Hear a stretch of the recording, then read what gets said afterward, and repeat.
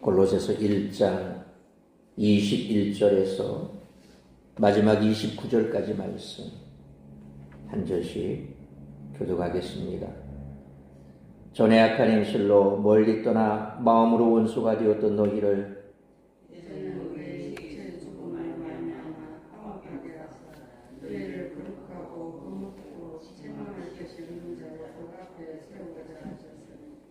만일 너희가 믿음에 거하고 터 위에 굳게 서서 너희 들은 바 복음의 소망에서 흔들리지 아니하면 그리하리라. 이 복음은 천하 만민에게 전파된 바요 나 바울은 이 복음의 일꾼이 되었노라.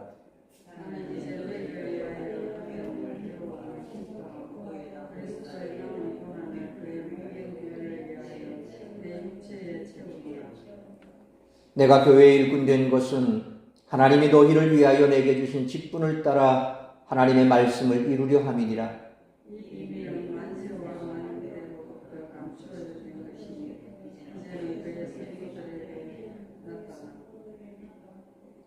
하나님이 그들로 하여금 이 비밀의 영광이 이방인 가운데 얼마나 풍성한지를 알게 하려 하심이라.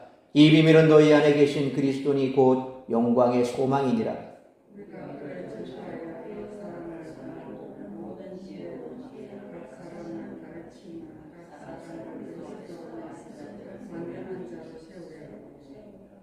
(29절) 같이 했습니다. 이를 위하여 나도 내 속에서 능력으로 역사하시는 이의 역사를 따라 힘을 다하여 수고하노라. 아멘. 기도하겠습니다. 걸어가신 아버지 하나님, 은혜와 사랑을 감사합니다. 오늘도 하루 온종일 우리의 삶의 터전에서 땀 흘려 수고하다 정한 시간 주님 앞에 나와 예배합니다. 이 시간 말씀 앞에서 싸우니 말씀하시는 주의 음성만 들려지게 하여 주옵시고, 가정마다 다급한 소식 오가지 않도록 붙들어 주옵시며, 허탄한 곳에 마음 빼앗기지 않고 말씀에 집중할 수 있도록 우리의 마음과 생각을 주장하여 주옵소서. 비옵기는 우리 사랑하는 성도들 어디에 있든지 무엇을 하든지 예배의 자리를 기억나게 하여 주옵시고, 이곳에 나와 함께 예배할 수 있는 은혜를 베풀어 주옵시며, 날마다 주님 앞에 예배하는 예배자가 더 늘어날 수 있도록 축복하여 주옵소서. 이 모든 말씀 우리 주 예수 그리스도의 이름으로 기도하옵나이다. 아멘. 앞선 본문에서 그리스도의 탁월하심을 강조한 바울은 오늘 본문 21절로 23절에서 골로새 성도들이 이제 어떻게 그에 합당한 삶을 살아나가야 하는지에 대해 방향과 목적을 제시합니다. 이어서 24절로 29절에서는 복음 사역자인 자신의 정체성과 사명을 설명합니다. 그리스도의 탁월하심을 찬양한 바울은 오늘 본문에서 초점을 이제 골로새 성도들에게로 돌립니다. 골로새 성도들은 과거 악한 행실로 하나님의 원수가 되어 멀어져 있던 자들이지만, 하나님은 그리스도의 죽음으로 이들을 당신과 화해시키셨습니다. 하나님이 이렇게 화해를 이루신 이유는 단순히 원수 관계를 끝내시기 위한 것이 아니라 실질적으로 이들을 하나님께 거리낌이 되지 않는 거룩하고 흠이 없는 자들로 빚으시기 위한 것입니다. 이 거룩함의 목적에 도달하려면 믿음을 잃지 않고 유지해야 하는데, 그러기 위해서는 믿음이 튼튼한 토대 위에 확고하게 놓여 있어야 하고 복음의 소망을 붙들고 흔들리지 말아야 합니다. 이렇게 믿음의 중심이 되는 복음은 우주적 메시지인데, 바울도 바로 이 복음의 일꾼이 되었습니다. 복음의 일꾼은 그리스도께서 공생애 중 감당하셨던 고난의 사역을 이어갑니다. 특히 바울은 그리스도의 이름을 위해 고난받는 것이 자신의 사명에 포함되어 있음을 알았습니다. 이렇게 그리스도를 따라 그를 위해 사도로서 받는 고난은 온 교회에 유익을 끼치기 때문에 그의 고난은 교회를 위해서 받는 고난이기도 합니다. 바울이 그리스도와 교회를 위해 고난받으며 이루고자 하는 것은 그동안 가려졌다가 그리스도 통해 마침내 계시된 비밀의 말씀, 곧 그리스도를 통해 유대인과 이방인 모두 하나님의 통치와 임재 안으로 들어오는 것입니다. 골로새 성도들 가운데 그리스도께서 계시다는 것은 이 비밀이 온전히 실현된 영광스러운 미래에 대한 소망을 줍니다. 바울은 이 소망을 가지고 그리스도를 세상에 선포하며 모든 일을 권면하고 가르쳐 이들이 거룩하고 온전하게 주님 앞에 설 수 있도록 수고합니다.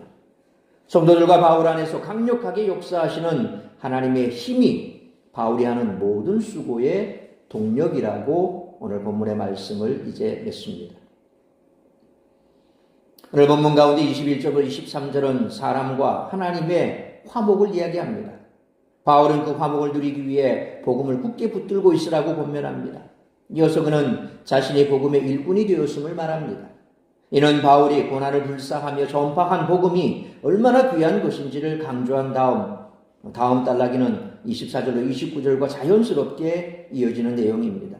여기서 우리는 기뻐하는 전도자 바울의 모습을 볼 수 있습니다.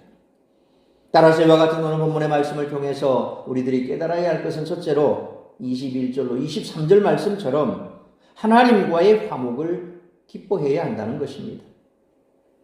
21절에서 바울은 골로새 성도들의 과거를 묘사합니다. 그들은 마음으로 하나님으로부터 멀리 떠나 하나님과 적대적인 상태였습니다. 행동면에서도 악한 행실을 일삼으며 살던 그런 자들이었습니다. 바로 이들을 하나님이 당신과 화목하게 하셨는데 그 방법은 22절 말씀처럼 예수님의 죽음이었습니다. 이렇게 하신 목적은 그들을 거룩하고 흠없고 책망할 것이 없는 자로 그 앞에 세우고자 함입니다.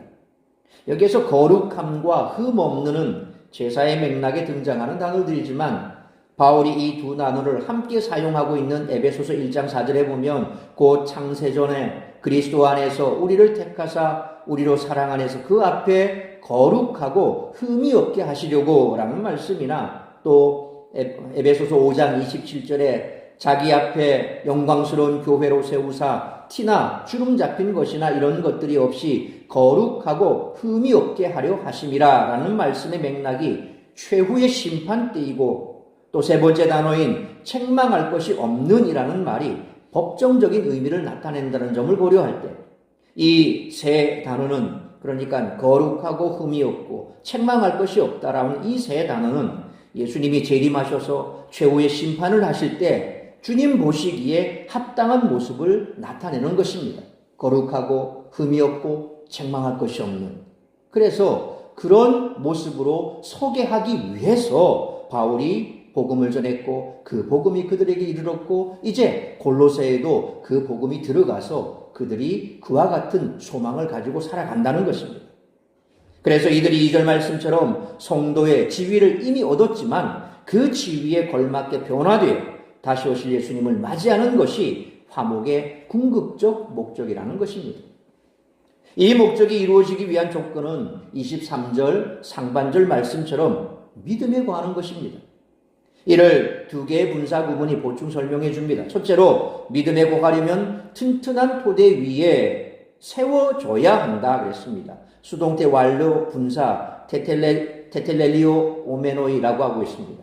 세워진다, 세워줘야 한다는 거죠. 그리고 또한 확고해야 한다는 것입니다. 헤드라이오이라고 되어 있습니다. 두 번째로 들은 바 복음의 소망에서 흔들리지 않아야 합니다. 흔들리다라고 되어 있는 수동태 완료 분사 메타키누메노이라는 말에서 안아야 한다 그러니까 메타키누메노이라고 되어 있습니다. 흔들리지 말아야 한다는 것입니다. 복음의 소망에서 흔들리지 말라는 거죠. 그러니까 믿음에 거하는 것이란 복음의 진리에 확고히 서서 복음이 제시하는 소망에서 흔들리지 않고 믿음을 유지하는 것입니다. 이렇게 믿음의 핵심인 복음은 사적 또 혹은 지리적 교리가 아니라 천하 만민에게 전파된 우주적인 진리라는 것입니다. 바울은 23절 하반절 말씀처럼 자신이 이렇게 구원과 또 존재의 토대와 소망인 우주적인 복음의 일꾼이 되었음을 밝힙니다. 바울은 그것을 굉장히 귀하게 여기는 직분이다 그랬습니다. 우리도 그런 직분을 가진 자죠. 복음의 직분을 가진 자입니다. 바로 하나님과 화목케 하는 직분을 가진 자가 바로 우리라는 것입니다. 우리는 하나님과의 화목을 그래서 기뻐해야 합니다. 우리가 썩어질 몸으로 살아가는 이 땅에서의 삶은 아침 안개처럼 곧 사라져 버릴 것이지만 부활한 몸으로 살아갈 천국의 삶은 영원토록 이어질 것입니다. 따라서 우리는 하나님과 이룬 화목에 집중해야 하며 마지막 심판날 하나님 앞에 거룩하고 흠없고 책망할 것이 없는 자로 서기 위해 늘 깨어 있어야 한다는 것입니다. 오늘 본문은 죄로 하나님을 떠나 하나님과 원수된 우리가 예수 그리스도의 죽으심으로 다시 하나님과 화목을 누릴 수 있게 되었다는 사실만 말하지 않습니다. 23절에 나오는 만일이라는 단어를 우리는 꼭 기억해야 됩니다. 만일 우리가 믿음에 거하지 않고 터 위에 굳게 서지 않으며 들은 바 복음의 소망에서 흔들리면 하나님과 화목을 누릴 수 없다는 것입니다. 그러니까 끝까지 믿음 안에서 흔들리지 말고 굳게 서 있어야 된다는 거죠. 하나님이 예비해 놓으신 안식에 들어갈 것을 무조건 확신하며 안주하지 마시고 그 안식에 들어가지 못할까 두려워하시기 바랍니다. 그래서 히브리서 4장 1절에 그러므로 우리는 두려워할지니 그의 안식에 들어갈 약속이 남아있을지라도 너희 중에는 혹 이르지 못할 자가 있을까 함이라 그랬습니다. 또 히브리서 4장 11절에 그러므로 우리가 저 안식에 들어가기를 힘쓸지니 이는 누구든지 저 순종하지 아니하는 본에 빠지지 않게 하려 함이라 라는 말씀처럼 우리는 그 안식에 들어가기를 힘써야 하며 빌립보서 2장 12절 말씀처럼 구원을 두렵고 떨림으로 이루어 가야 할 줄 믿습니다. 그러므로 일평생 믿음을 삶으로 증명해야 할 뿐만 아니라 나아가 다른 사람들이 하나님과 영원토록 화목을 누릴 수 있도록 하기 위해 예수님이 명령하신 모든 것을 가르쳐 지키게 하여 제자를 삼는 전도자의 삶으로 살아가는 우리 모두가 되시기를 축원합니다. 두 번째로 24절로 마지막 29절 말씀처럼 고난을 기뻐해야 한다는 것입니다. 바울은 바로 이어 자신의 고난에 대해 말합니다. 바울은 24절 상반절 말씀처럼 구체적으로 자신의 고난을 너희를 위하여 받는 괴로움이라 그렇게 표현하며 그것을 기뻐한다 그렇게 말씀합니다. 골로새 교회를 세우지도 않고 직접적으로 목양하지도 않았던 바울이 이렇게 자신의 고난이 구체적으로 골로새 성도들을 위한 것이라 말하는 이유를 이어지는 24절 하반절에서 추론할 수 있습니다. 바로 자신의 고난이 그리스도의 남은 고난을 그분의 몸된 교회를 위해 자기 육체에 채우는 일이기 때문입니다. 이 말은 그리스도께서 속죄와 구원을 이루기 위한 고난을 충분히 받지 않으셔서 아직 모자라는 고난을 바울이 채운다라는 뜻이 아니겠지요. 로마서 5장 9절로 12절 그리고 15절로 19절 말씀처럼 그리스도 한 분의 고난과 죽음은 속죄와 구원에 충분하다는 것입니다. 차고 넘칩니다. 우리가 더 이상 거기에 보탤 것도 뺄 것도 없다는 겁니다. 마치 가톨릭에서 신인 협동서를 주장하는데 구원에 있어서 우리도 뭔가 해야 된다라고 얘기를 합니다. 그래서 우리가 구원을 완성하기 위해서 이것도 하고 저것도 하고 막 이렇게 해서 더 보태서 하나님과 우리가 함께 하나가 돼서 이 구원을 이루라. 마치 이런 것처럼 얘기를 합니다. 여러분, 우리가 구원에 보탤 게 뭐 있습니까? 낡고 추하고 더럽고 때 묻은 우리가 그 순백색에 가서 보태면 뭐 하겠습니까? 때만 묻지. 주님의 구원의 역사에 우리가 뭘 보태겠습니까? 아무것도 없습니다. 그러니까 그런 생각은 잘못된 거예요. 오늘 바울이 말하는 것은 그리스도의 남은 고난을 내 육체에 채운다. 이 말은 주님께서 뭔가 조금 부족하게 했기 때문에 내가 거기서 조금 더 못해가지고 완벽하게 만든다? 99%는 되는데 1%가 모자라니까 내가 거기서 1%를 더 내서 100% 만들었다? 천만의 말씀이죠.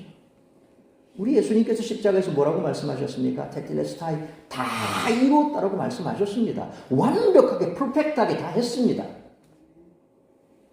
우리는 거기에서 조금 더 의심을 해서는 안 됩니다. 바울이 여기에서 말하는 그 고난을 그리스도의 남은 고난을 내 육체에 채운다라고 하는 것은 뭔가 부족해서가 아니라는 겁니다. 24절에 고난, 트립세온이라고 된 이 단어는 그리스도의 속죄적 구원적 죽음을 표현할 때 사용된 그런 단어가 아닙니다. 따라서 그리스도의 고난을 그리스도께서 직접 겪으신 고난으로 해석해서는 안 된다는 거죠. 이보다는 그리스도를 위한 고난으로 이해하는 것이 더 올바릅니다. 왜냐하면 사도행전 9장 16절에 보니까 그가 내 이름을 위하여 얼마나 고난을 받아야 할 것을 내가 그에게 보이리라 하시니 라는 말씀처럼 바울이 사도로 임명받았을 때 그가 그리스도를 위해 고난받을 사실이 내포되었기 때문입니다. 그러니까 이룬 예수님께서 이루신 그 구원의 사역이 뭔가 부족해서 거기에 내가 덧붙이는 것이 아니라 이미 완성된 고난인데 그 완성된 고난, 완성된 그 모든 것들에 대해서 우리가 거기에 함께 참여함으로써 고난받는 것이다. 그리스도를 위해서 고난받는 것이다. 이런 의미가 되죠. 그러니까 고난에 예수님께서 이루신 그 구원이 부족해서 내가 거기에 조금 더 내 고난을 보태서 완성시킨다는 의미가 아니라 이미 충분히 차고 넘치는 그 완성된 구원의 은혜를 내가 갖기 위해서 내 몸으로 이제 예수님을 위해서 대신 내가 그 고난에 동참한다는 그런 의미가 됐죠. 그러니까 여러분들이 예수를 믿고 그 복음을 전하기 위해서 핍박도 받고 어떤 경우에는 우리 권사님들 연세쯤 되면 어렸을 때 집안에서 예수 믿는다 그러면 쫓겨났습니다. 집안에 종교 들이라면 안 된다고 난리가 납니다. 성경책이라 보일 것 같으면 다 찢어버리는 거 불속에 집어넣어 버립니다. 아예 뭐 호적을 파겠다고 그럽니다. 며느리가 예수를 믿는다고 그러면 어떻게 됩니까? 완전히가 난리가 나죠. 집안에서 난리가 납니다. 쫓겨나기 일쑤입니다. 그래도 예수 믿는 것. 이게 바로 그리스도의 고난을 그리스도의 남은 고난을 내 육체에 채운다는 그런 의미가 되는 거예요. 예수님이 이루신 그 구원에 내가 함께 동참함으로 예수님이 당했던 그 고난을 내가 예수님을 위해서 나도 당한다. 바울이 그런 거거든요. 바울이 사도로서 부름을 받았을 때 내가 당했던 그 고난에 너도 같이 동참하게 될 것이다. 얼마나 그 고난을 내가 당할 것인가를 내가 너에게 이야기하겠다. 바울은 그 고난에 스스로 동참한 것이죠. 그리스도를 위한 고난은 고난으로 구원을 이루신 예수님을 따라 고난으로 구원을 선포하고 적용하는 사도의 사역을 가리킵니다. 그러니까 바울이 이 구원의 복된 소식을 전파하기 위해 또한 교회의 성장을 위해 필요한 고난이 바울 자신에게는 물론이요 모든 그리스도인들에게까지 남겨줬었다는 것을 말하기 위해서 이런 표현을 쓴 것이죠. 따라서 이렇게 바울이 그리스도의 사도로서 그분의 고난 사역을 이어받아 그를 위해 받아야 할 고난이 아직 남아있기에 바울은 그 고난을 자신의 몸으로 채우고 있다는 것입니다. 이것이 예수님이 정하신 구원 적용 방법인 만큼 바울의 고난은 고린도서 1장 4절로 7절 말씀처럼 그분의 몸된 교회에 유익을 줄 수 있는 교회를 위한 고난이라는 것입니다. 바울은 25절 말씀처럼 자신이 이렇게 그리스도와 교회를 위해 고난받으며 교회 일꾼이 된 것은 하나님의 말씀을 이루려 함이라고 말씀하고 있습니다. 이 말은 곧 26절 말씀처럼 비밀이 온전히 드러나게 한다는 뜻입니다. 이 비밀은 오래도록 감추어졌다가 이제 성도들에게 나타난 것으로 바울은 이 비밀이 27절 말씀처럼 너희 안에 계신 그리스도 곧 영광의 소망이라 그렇게 밝힙니다. 소위 말하면 구약에서 예수 그리스도 향한 구원의 그 단편적인 파편들이 다 흩어져 있습니다. 구약은 그렇게 이루실 구원에 대한 온갖 조각들이 다 흩어져 있죠. 그래서 제사 속에서도 히브리 백성들이 1500년간 계속 동안 유지해왔던 그 하나님 앞에 드렸던 그 제사 속에서도 바로 오실 메시아에 대한 그 구원의 그림자라는 거죠. 온갖 하나님을 섬겼던 사람들의 그 모습 속에서도 오실 메시아에 대한 그 예표가 들어있죠. 이삭도 그랬고 아브라함도 그렇고 모세도 그렇고 그들이 받을 그 구원의 그림자들 그리고 파편들이 구약에 다 흩어져 있습니다. 그러니까 이게 감춰져 있던 거죠. 그런데 예수님이 오셔서 구원 사역을 완성하시고 그래서 그 완성된 구원 사역을 이제 바울이 전하고 또 그 구원받은 백성들이 흩어져서 땅끝까지 이르러 복음을 전한 그 사실 속에서 이제 감추어졌던 것이 드러나게 된 거죠. 바울이 골로새 교회를 세운 것은 아닙니다. 그런데 그 골로새 교회 성도들도 이제 그 복음을 받아들이고 예수 그리스도 안에서 감추어져 있던 그 비밀들이 이제 나타났고 그것이 영광의 소망이 되고 있다는 것이죠. 그러니까 그리스도의 복음이 유대인뿐만 아니라 이방인에게도 전해졌기에 그리스도께서 골로새 교회와 성도 개개인 안에 주님으로 통치하고 임하신다는 것입니다. 이것은 장차 유대인과 이방인 성도들이 모두 채워져서 그리스도의 몸된 교회가 온전해지는 미래의 영광을 바라보는 영광의 소망이 되는 거죠. 그래서 우리는 이제 한 그리스도의 몸된 지체로서 하나가 되는 겁니다. 여기에는 유대인도 이방인도 구분이 없습니다. 예수 그리스도는 교회의 머리가 됩니다. 이 땅의 모든 교회는 그리스도가 머리가 되고 그 모든 지체들은 그 머리에 몸된 지체로서 교회를 세워나가는 거고, 마지막에 주님 오셨을 때 그 교회는 영화롭게 완성이 되는 거죠. 28절에 그는, 27절에 그리스도를 가리키는 관계대명사입니다. 바울이 그리스도를 선포한다라고 말하는 이유는 복음의 핵심이 그리스도이기 때문입니다. 바울은 그리스도를 선포할 때 병행하는 행동들을 분사구문으로 표충해서 설명하고 있습니다. 먼저 28절 상반절 말씀처럼 모든 사람을 느테툰테스, 권한다라고 말씀합니다. 그 다음 각 사람을 디다스콘테스, 가르친다라고 말씀합니다. 이렇게 바울이 복음 선포의 권면과 가르침을 병행하는 이유는 모든 사람을 그리스도 안에서 완전한 자로 세우기 위해서라는 것입니다. 여기에서 완전한이라는 말은 22절 말씀처럼 거룩하고 흠없고 책망할 것이 없는 상태라는 것이죠. 그래서 디모데후서 말씀처럼 우리가 말씀 안에서 이제 온전한 자가 되어간다는 거예요. 온전한 자가. 그래서 하나님의 말씀은 우리를 온전케 하는 거죠. 디모데후서 3장 16절 말씀처럼 우리가 마지막 때 주님 앞에 섰을 때, 마지막 심판 때 앞에 섰을 때 거룩하고 흠이 없고 책망받을 것이 없는 이 온전한 사람으로 어떻게 세워지겠습니까? 우리가 머리로 생각해서 또 내가 계획해서 뭔가 온전해집니까? 천만의 말씀. 우리가 살아가는 삶의 현실은 우리를 가만두지 않습니다. 베드로전서 말씀처럼 우는 사자와 같이 삼킬 자를 찾아다니지 않습니까? 우리 앞에 올무를 놓고 넘어질까 기다리고 있는 것이, 대문만 나서면, 주일 예배만 마치고 나서면 지천에 우리를 유혹할 것들이 깔려 있습니다. 그 우리가 마지막 날 흠없고 점도 없고 티도 없고 거룩하고 온전하고 책망할 것이 없는 자를 어떻게 세워집니까? 바로 하나님의 말씀으로 권면하고 하나님의 말씀으로 가르침을 받아야 된다는 것. 그래서 우리가 주일날 말씀을 듣고 또 구역 모임할 때도 말씀을 안에 빠지지 않고 말씀으로 하고, 항상 말씀 그리고 새벽에 기도하고 무시로 깨어 기도하고, 말씀과 기도 성령의 역사가 아니고서는 우리가 그렇게 될 수가 없다는 겁니다. 그렇게 될 때 믿음 안에서 흔들리지 않고 견고하게 마지막까지 흔들림 없이 우리가 믿음을 붙잡아서 구원을 완성하게 된다는 거죠. 바로 이 목적을 이루고자 바울이 수고하고 있다는 것입니다.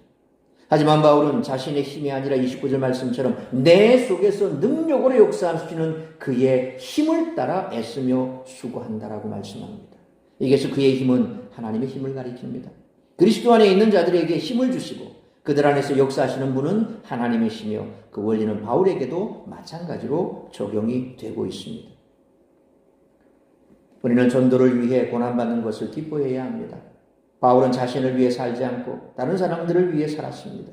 오늘 고린도 교인들을 위해서도 그가 비록 교회를 개척하고 교회를 세우지는 않았지만, 그러나 복음을 전하기 위해서 그리스도 남은 고난을 그의 육체에 채우는 그런 수고를 아낌없이 한 것은 그들에게 이와 같은 복음들이 흘러 들어가기를 위해서 애썼고, 그리고 또 비록 바울이 고로새 교회를 세우지는 않았지만 그러나 지금도 그들이 온전한 복음 위에 설 수 있기를 위해서 기도하고, 또 에바브라 편으로 편지를 보내고 권면하고 가르치고, 그와 같은 일들이 다 그리스도의 고난을 위해서 자신이 애쓰고 힘쓰고 있는 그런 모습이라는 거죠. 그래서 자신이 그렇게 하는 것에 대해서 자신이 기뻐하고 있다는 것입니다. 예수님이 우리를 살리기 위해 이 땅에 오셔서 고난을 받으셨듯이 바울도 다른 사람들을 살리기 위해 복음을 전하며 고난을 받았습니다. 대부분의 사람들은 자신이 먹고 사는 일만 생각합니다. 그리고 그렇게 자신을 위해 살아가면서 겪는 어려운 그런 것들을 고난이라고 여기며 그런 삶을 힘겨워합니다. 하지만 24절에 나오는 바울의 고백은 달라도 너무 다르죠. 그는 다른 사람들을 위해 고난을 받을 뿐더러 그것을 기뻐합니다. 우리를 위해 고난받으신 예수 그리스도를 바라보며 일평생 우리 육체에 채워야 할 그리스도의 남은 고난이 있다는 것을 기억하시기 바랍니다. 그리고 한 사람이라도 더 살리기 위해 어디를 가든지 어느 누구에게나 그리스도를 전파하시기 바랍니다. 우리에게는 하나님이 알려주신 풍성하고도 영광스러운 진리의 말씀을 온 세상 만민에게 전해야 할 사명이 있습니다. 그러므로 그리스도의 남은 고난을 우리의 육체에 체험하며 힘써 전도할 때 많은 사람들이 예수 그리스도 안에서 거룩하고 흠없으며 책망할 것이 없는 온전한 자로 세워질 것이므로 온 힘을 다해 그 사명을 감당하되 몸과 마음이 온갖 위협을 당하고 한계에 부딪히는 고난을 받을지라도 바울처럼 기뻐하며 감당하는 우리 모두가 되시기를 축원합니다. 사랑하는 성도 여러분, 이 땅에서 편하게 먹고 사는 것을 기뻐하지 말고 저 천국에서 영원토록 살 것을 바라보며 기뻐하시기 바랍니다. 또한 자신을 위해 육적 쾌락을 채우는 것만 기뻐하지 말고 남을 위해 고난을 감당하는 삶을 기뻐하시기 바랍니다. 우리가 무엇 때문에 얼마나 기뻐하는지 세상 사람들에게 알리는 기뻐하는 전도자로 살아가는 우리 모두가 되시기를 주님의 이름으로 축원합니다. 기도하겠습니다. 거룩하신 아버지 하나님, 은혜와 사랑을 감사합니다. 오늘 바울의 그 고백이 우리의 고백이 되기를 원합니다. 이 땅에 먹고 마시고 즐기고 나의 육체의 쾌락만을 위해서 살아가는 것 아무런 의미가 없고 그러한 삶을 살다 주님 앞에 섰을 때 책망받을 것 투성이라는 것입니다. 말씀과 기도 가운데 깨어있어 우리에게 주신 사명 잘 감당하는 삶, 그래서 믿음 안에 굳게 서서 좌로나 우로나 흔들리지 아니하고 오직 우리가 받은 복음의 진리의 터에 굳게 서서 우리만 구원받은 것으로 기뻐하는 것이 아니라 이제 여전히 구원받지 못한 자들을 위해서 그들을 위해서 고난받고 또 핍박받는 것을 기뻐하며 그들에게 복음을 전하고 또 그들에게 가르치고 권면하는 그러한 삶을 살아가는 우리의 삶이 참으로 복된 줄 믿습니다. 이러한 삶을 살아갈 때 마지막 심판대 앞에서 우리가 거룩하고 흠이 없고 책망받을 것이 없는 자로 세워질 줄 믿습니다. 그러한 삶을 기쁘게 받아들이고 또 그러한 삶을 살아가는 우리 모든 성도들이 되게 하시고 우리 사랑샘교회가 그런 교회가 될 수 있도록 은총 내려 주옵소서. 이 모든 말씀 우리 주 예수 그리스도의 이름으로 기도하옵나이다.